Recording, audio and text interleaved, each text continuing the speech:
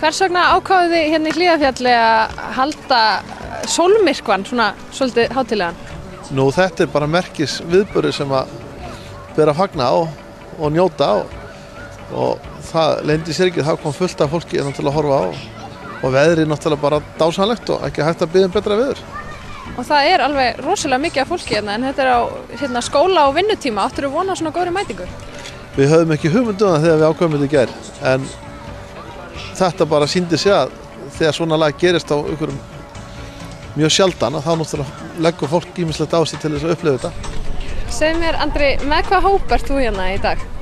Ég með 7. og 7. bekk úr Naustárskóla og við erum allir skólinn mættur og það útivistardagur hjá okkur og ótrúlega gaman að hafa þetta sama dag og sólmyrkvinn og við erum bara öll mætt og allir með gleru og bara mikið fjör.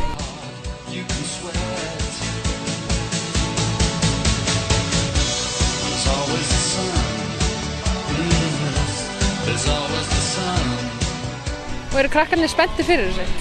Mjög spenntir. Við erum búin að vera alla vikuna að kynna þetta fyrir þeim og krakkarnir eru búin að lesa sig líka mikið til um þetta og þetta mikið í fréttum og þannig að já, krakkarnir mjög spenntir og eins og ég segi, búin að spyrjast mikið fyrir gleraugun og allt þetta og bara ótrúlega gaman. Ég held að þetta líka sé dagur sem að krakkarnir eftir að muna mjög vel eftir. Stelpur, hvað eru það að gera hérna í Hlíðarfjalli í dag? Við erum í skíðaferð og sjá sólmyrkvann. Og eru þið búin að sjá eitthvað? Já. Hvernig leit þetta út? Dálítið skrítið, svona eins og máni bara. Já. En það var það ekkert myrkur? Nei. En vitið þið hvað þetta er? Þetta bara tungl að koma yfir sólina.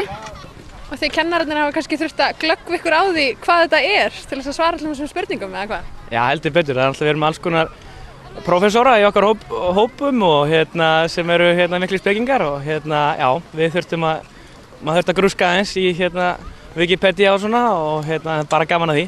Og þið eru heppið með veður, ætlið að eyða deginum hérna í Hlíðarfjalli?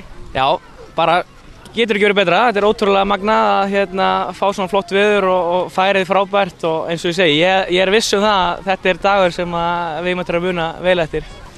Strákar, hvað eru það að gera hérna í Hlíðarfjalli í dag? Renna okkur, við erum að fara sólmyrkvann. Við erum að fara horfa eitthvað í sólina, eitthvað gleru og renna okkur eitthvað.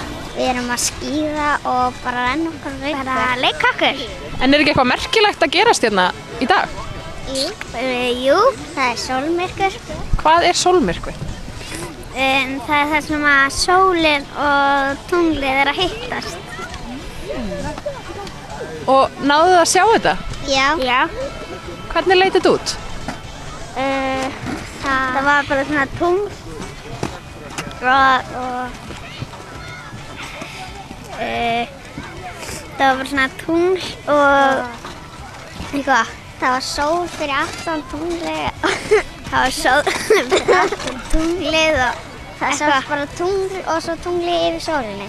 Og það á að vera svolítið hættulegt að horfa beint á sólmyrkvann. Hér er fólk með svona þar til gerð gleraugu, leggið mikið upp úr örygginu.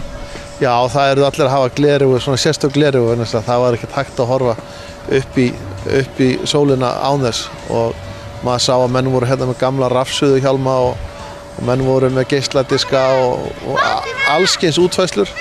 Það var öll rafsuðugleraugu voru uppselda á Akureyri víst í morgun og þannig að þetta var bara gaman og hérna var náttúrulega Naustárskóli og þau voru öll með gleraugu sem þau fengu afhent í skólanum og þannig að þetta var mjög gaman. Og svo er bara æðislegt veður þannig að það er hægt að njóta dagsins hérna í allan dag eða hvað? Já, ég held að nú erum við á ákveðnum tímapunkti og af því að það er mottumassa þá er einhvers að raskatinu náð og þannig að nú er bara betri tíð framundan.